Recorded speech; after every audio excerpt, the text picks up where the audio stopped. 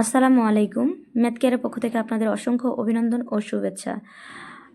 আজকে আমরা সংখ্যা ধারণা সিরিজ 6 নিয়ে আলোচনা করব। এর আগে আমরা 5টা সিরিজ সম্পূর্ণ করেছি।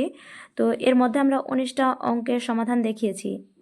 আজকে আমরা 20 নম্বর অঙ্ক দেখব যে কোন কোন স্বাভাবিক সংখ্যা দ্বারা 346কে ভাগ করলে প্রতি ক্ষেত্রে 31 অবশিষ্ট থাকবে।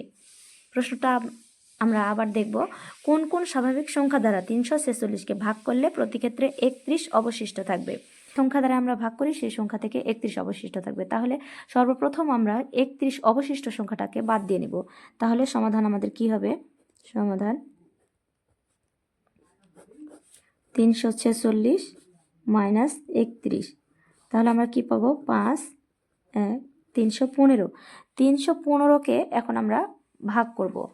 তাহলে কি দিয়ে যায়? প্রথমে 1 দিয়ে, এখন কি 2 দিয়ে যাবে? 2 দিয়ে যায় না, তাহলে 3 দিয়ে 315কে ভাঙানো যাবে। অর্থাৎ 3 10 30 আর 5 একে 3 5 একে 5, 3 5 15, 3 10 30 থাকে 15, 5 একে 5, 4 দিয়ে যায় না, 5 দিয়ে যাবে।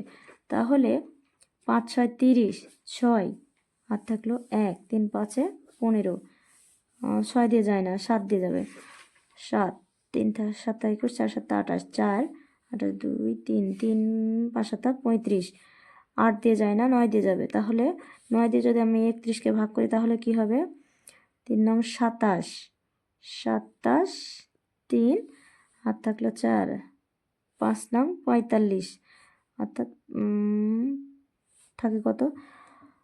3 নং 27 4 5 45, 4 নং 36, 5 নং 45, 35। অতএব 31-এর চেয়ে বড় সংখ্যাগুলোর গুণনীয়ক হচ্ছে 35, 45, 63, 105 এবং 315। অর্থাৎ 30 অপেক্ষা বড় 315 এর গুণনীয়ক গুলো হলো 35, 45, 63, 105, 315। ইহাই হলো নির্ণয় 20 নম্বর অঙ্কের উত্তর। 21 নম্বর প্রশ্নে বলা হয়েছে 12 ও 96 এর মধ্যে এ দুটি সংখ্যা সহ কয়টি সংখ্যা 4 দ্বারা বিভাজ্য? 12 ও 96 এর মধ্যে এ দুটি সংখ্যা সহ কয়টি সংখ্যা 4 দ্বারা বিভাজ্য?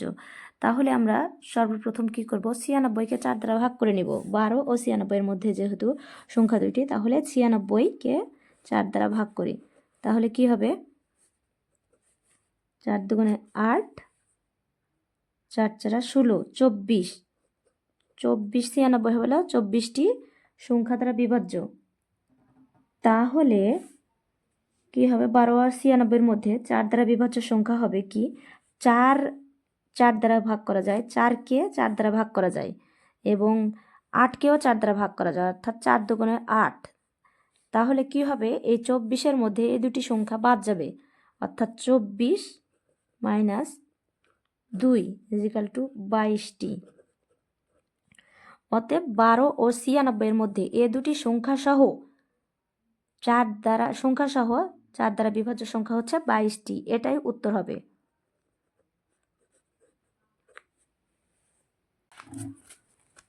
22 নম্বর প্রশ্নে বলা হয়েছে কোন বৃহত্তম সংখ্যা দিয়ে 102 ও 186কে ভাগ করলে প্রত্যেকবার 6 অবশিষ্ট থাকবে? আমি প্রশ্নটা আবারও বলছি, কোন বৃহত্তম সংখ্যা দিয়ে 102 ও 186কে ভাগ করলে প্রত্যেকবার 6 অবশিষ্ট থাকবে? অর্থাৎ 102 এবং 186কে যে সংখ্যা দিয়ে ভাগ করি প্রত্যেকবার 6 অবশিষ্ট থাকবে, এরকম একটা সংখ্যা চাইছে। তাহলে প্রথমে আমরা যে অবশিষ্ট সংখ্যা সেটা বাদ দিয়ে নেব। তাহলে 102 থেকে 6 বাদ দিব, হয় 96, এবং 186 থেকে 6 বাদ দিলে হয় 180। এই সংখ্যাগুলোকে আমরা প্রথমে ভাগ করে নিব। 96কে 2 দিয়ে ভাগ করলে কত হয়? 4 দুগুণে 8, 4 8 16, তাহলে 8 দুগুণে 16, 2, 2 দুগুণে 4, 4 দুগুণে 8। আবারও 2 দিয়ে ভাগ করব, 2 একে 2, 2 দুগুণে 4, 2 6 দুগুণে 12, 2 3 দুগুণে 6। আর ভাঙানো যাবে না। 180কে এখন 2 দিয়ে ভাগ করব, তাহলে কি হবে? 9 দুগুণে 18, 90। আবারও 2 দিয়ে ভাগ করি, তাহলে কি হবে? 4 দুগুণে 8, আর থাকলো 1, 5 দুগুণে 10। এবারে আমরা 3 দিয়ে ভাগ করব, 3 একে 3, থাকলো 1 3 5 15। আবারও 3 দিয়ে, 3 5 15। তাহলে এই সংখ্যা দুটির মানে সংখ্যাদ্বয় এর গসাগু নির্ণয় করব। তাহলে কি হবে? 102 এবং 186 এই সংখ্যাদ্বয়ের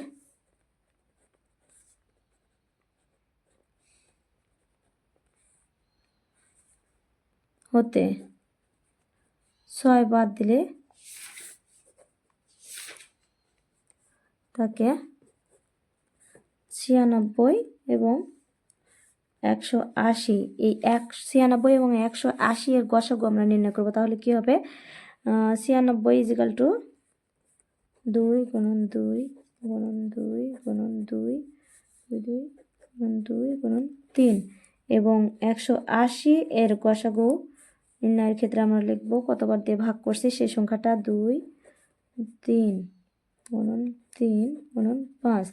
গসাগু এর ক্ষেত্রে আমরা কি জানি যে এই সংখ্যাটা দুইটা সংখ্যার মধ্যেই কমন, শুধুমাত্র সেই সংখ্যাটাই হবে। তাহলে দুইটা সংখ্যার মধ্যেই কমন কি হচ্ছে? 2 2 2 গুণন 2, 96 এবং 180 এর মধ্যে কমন সংখ্যাটা হচ্ছে 2 2 2 এবং 3 আর 3। তাহলে এদের গসাগু হবে 2 2 4, 3 4 12। অতএব 96 এবং 180কে 12 দিয়ে ভাগ করলে প্রত্যেক ক্ষেত্রে 6 অবশিষ্ট থাকবে। এটাই আমাদের নির্ণয়ের অ্যান্সার। ভিডিওটি ভালো লেগে থাকলে প্লিজ চ্যানেলটি সাবস্ক্রাইব করুন এবং লাইক, কমেন্ট, শেয়ার করে ভালো লাগার অনুভূতিগুলো জানান। ধন্যবাদ সবাইকে।